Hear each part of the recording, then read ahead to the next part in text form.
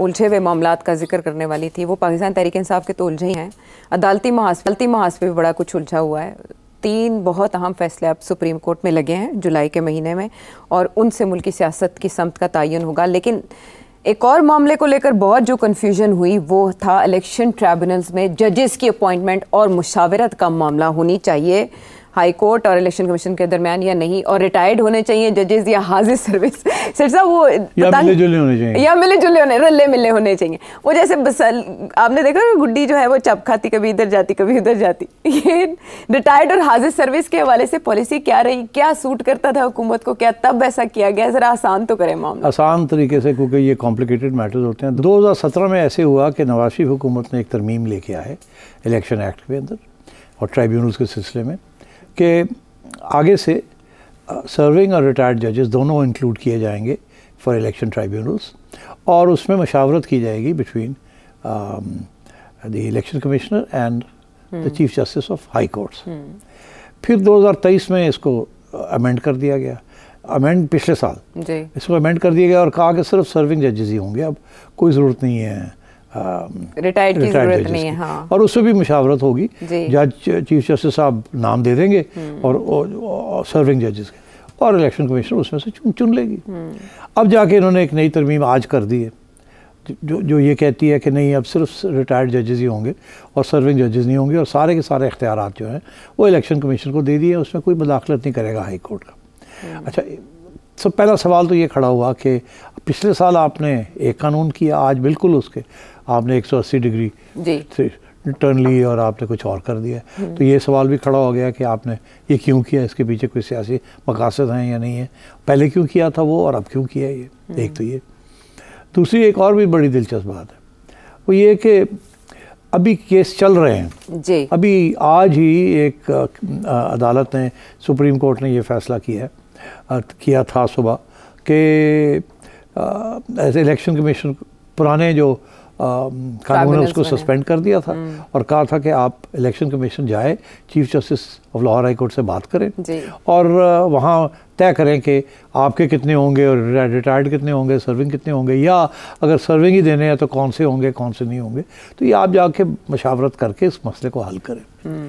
तो अभी ये मामला इधर से सुप्रीम कोर्ट ये जजमेंट दे रहा है, उधर से पार्लियामेंट ने रातों रात कानूनी तब्दील कर दिया और कहा कि नहीं, अब मशावरत वगैरह की कोई ज़रूरत नहीं है, सारे के सारी फैसला इलेक्शन कमीशन करेगी और सारे रिटायर्ड जजेस लेंगे। और तारण सार जो लॉ मिनिस्टर हैं उनका ये कहना है कि इसलिए ही किया गया कि हाई कोर्ट्स के ऊपर और अदालतों में बहुत सख्त प्रेशर है एग्जिस्टिंग काम का, और हम चाहते हैं इलेक्शन ट्राइब्यूनल जल्दी जल्दी काम करें। नहीं तो 5-5 साल पहले लग गए थे और उन्होंने हवाला भी दिया है कि कौन से केसेस से पिछली इलेक्शन कासिम सूरी साहब उनके केस का हवाला उन्होंने दिया, 5-5 साल तक वो हाजिर सर्विस की वजह से। बात सही है कि सिटिंग जजेस जो है उनके पास इतनी डिटेल ना टाइम है, इतनी ना डिटेल में जाने का, जहाँ इलेक्शन ट्राइब्यूनल के अंदर बहुत सी चीज़ें देखनी पड़ती हैं, दोनों साइड्स प्रेजेंट करते हैं, रिकाउंटिंग होती है, ये होता है वो होता है, हर किस्म की चीज़ होती है।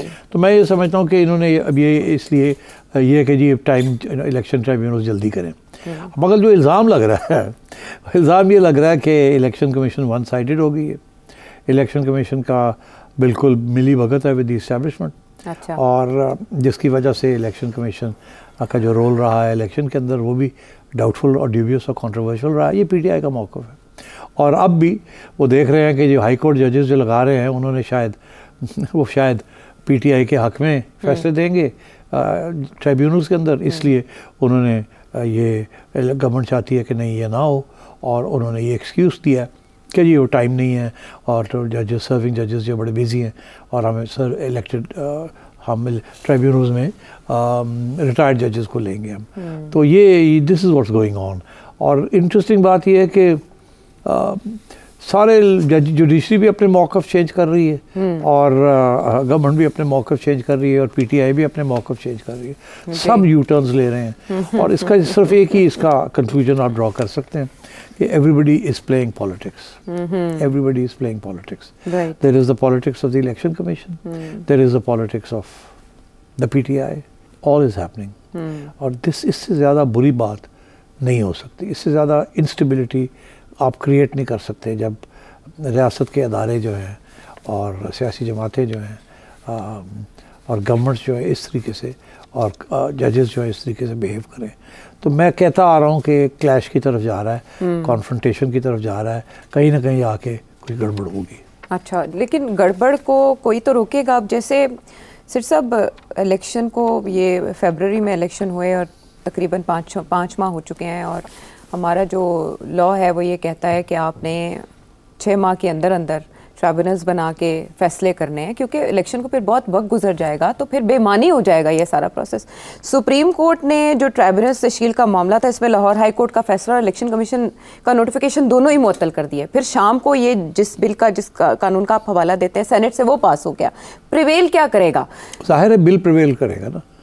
अच्छा। मगर जैसे आज सुना मैंने, सलमान अकरम राजा ने कहा हम इसको चैलेंज करेंगे।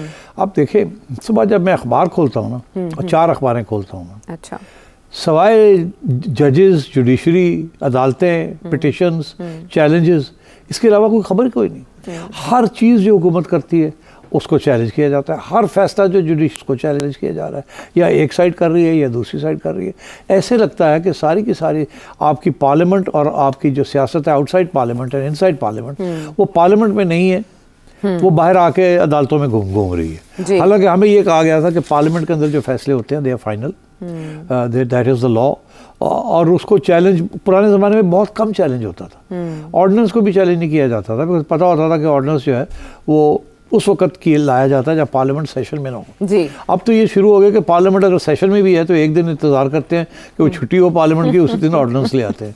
तो मतलब है कि आइन की तो धज्जियां उड़ाई जा रही हैं, मोम की नाक बना के इधर मोड़ लिया उधर और मैं बताऊं आपको, सारे मुलव्वस है इसमें। जी। हुकूमत भी मुलव्वस है, एस्टैब्लिशमेंट भी मुलव्वस है, पीटीआई भी मुलव्वस है, और they're all taking sides. I'm sorry to say this. तो इसमें अब ये लाहौर हाई कोर्ट का मामला सुप्रीम कोर्ट गया था, जो इलेक्शन कमीशन लेकर गया था। अब लाहौर हाई कोर्ट में हुई है एक नई तकर्री, खातून चीफ जस्टिस आई हैं। इस तकर्री के बारे में भी सवाल, हाँ, वो इसलिए क्योंकि बाईपास किया 2 सीनियर जजेस को, और ये नंबर 3 पे थी, इनको ले आए हैं।